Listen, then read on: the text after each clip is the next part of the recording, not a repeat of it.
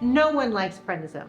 You don't, I don't. But when we have an autoimmune condition, it can be a necessary evil. It can quickly bring down inflammation, saving us from its harmful long-term effects. But when we have been on it for a while, coming off of it isn't always easy. So today, we're going to talk about how to safely come off prednisone, why we shouldn't just go cold turkey, and some tips to make it as smooth as possible. I'm Dr. Elizabeth Ortiz, and this is Connected Rheumatology. Let's get started.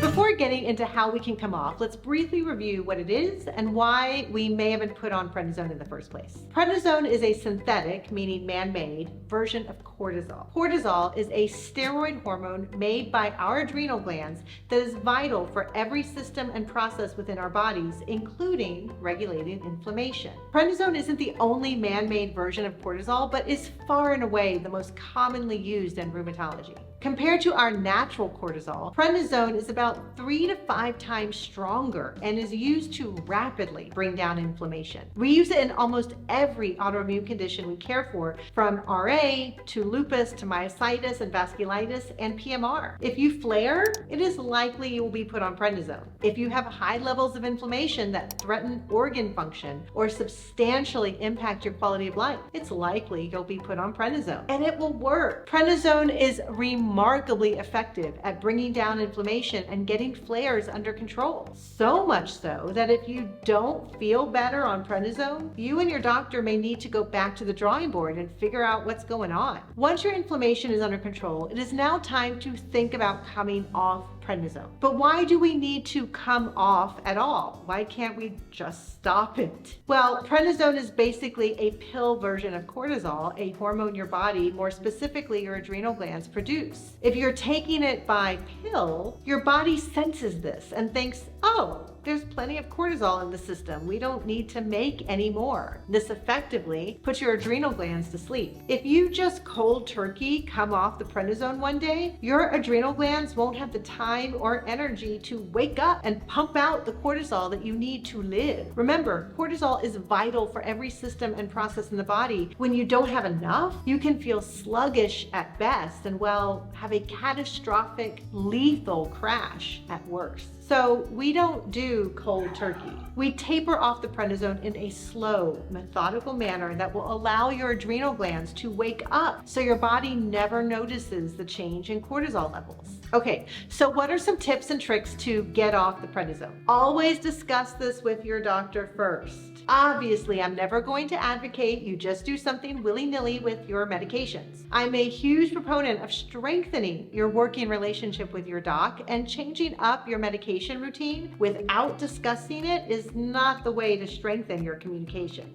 Aside from needing to be on the same page, why else is it important to discuss your desire to taper off prednisone? Well, for one thing, your doctor may say, not right now. And why might they say that? It could be that your disease is still active. The length of time you have been on prednisone is not by itself a reason to come off of it. You come off prednisone when it is no longer needed. And if your autoimmune disease is still active, meaning you still have substantial inflammation, then prednisone is likely still needed. Another reason may be that the other medications you may be on, the longer acting, more specific immune system targeted medications meant to control your condition, they may not have kicked in yet. Prednisone is the quick, let's get this fire under control choice, but we use more targeted treatments to get us sustained disease control. These medications are effective, but often take some time to start working. Getting antsy to come off prednisone too early can actually set us back a few steps. So in these cases, it's important to put our patient pants on and talk with our doctor about the expected timeline for your medication strategy. Once you've been given the go-ahead, there are a couple of ways you may taper your prednisone. You can decrease your daily prednisone dose every few days, weeks, or months. This is going to need to be personalized to your specific situation, and tapering prednisone is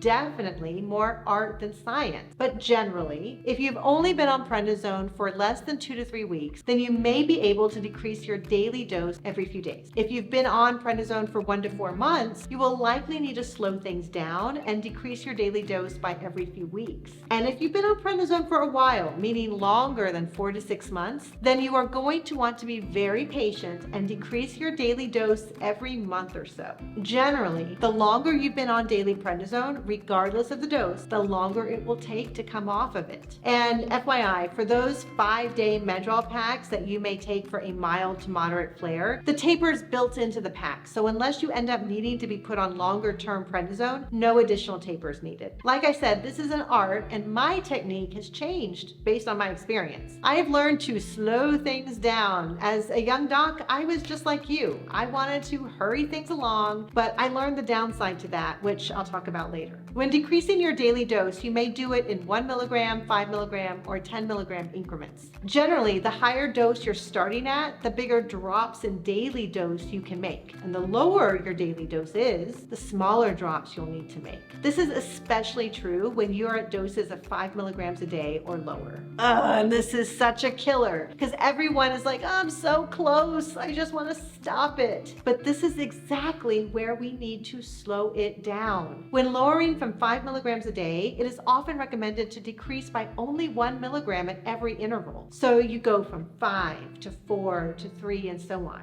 As you can see, to have the most flexibility, you're going to need multiple bottles of prednisone at various strengths. You may need some 10 milligram tablets, 5 milligram, and 1 milligram tablets to be able to do this correctly. And finally, write your taper down. I don't care if you print out a generic calendar or use a fancy app or whatever, but write down what dose you should be taking every day. Oh, I'll remember. No, you won't. You'll forget. Did I take 12 milligrams yesterday? Am I supposed to go down today? Just write it down. Hey there. So I'm just jumping on real quick to let you know about something I've built that will get you answers faster. Your Appointment Home Run Handbook. I developed this after over 15 years of seeing thousands of autoimmune patients. This totally free handbook will help you think through your symptoms, your past experiences, and your family history so that you can walk into your appointment ready to tell your story and walk out confident in your plan. The best results my patients have had is when we are on the same team, and this is what I want for you and your doctor, which is why I've made this handbook totally free. You can find the link to get your free copy of your Appointment Home Run Handbook in the description box below. I and my fellow doctors are only as good as the information we have, and 90% of that information comes from you, so make it count.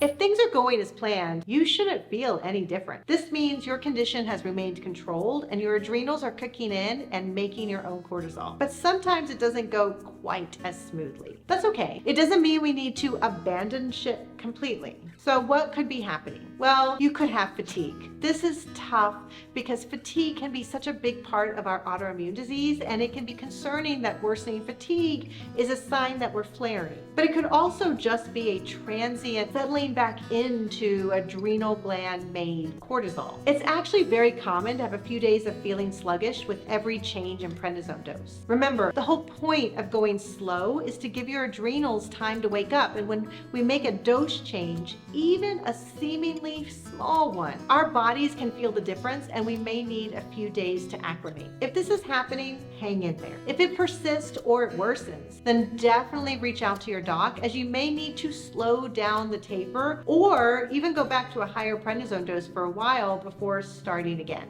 You could also be flaring. This is obviously what none of us want. We wouldn't even start a prednisone taper if we thought it was likely, but it doesn't mean it isn't possible. Flares will look different for everyone, but if your usual symptom of joint pain, swelling, morning stiffness, rash, headaches, vision changes, or fevers come back, then definitely reach out to your doctor. Before ending, I want to leave you with some bonus tips. If you've been on prednisone forever and everyone agrees that you are ready to come off, but you can't seem to get past a certain dose without hitting a wall of fatigue, try alternate dosing. This is when you take, for example, 5 milligrams one day, then 4 milligrams the next, then back to 5 and back and forth until it's time to go down to 4 milligrams every day. This is just another way to slow down the taper to allow your body more time to get used to making its own cortisol. And finally, don't forget that when you've been on prednisone for anything longer than a month, you should keep an eye on your bone and gut health. Be careful with any anti-inflammatory pain medication like NSAIDs, as they can, in addition to the prednisone, lead to gastritis and heartburn. And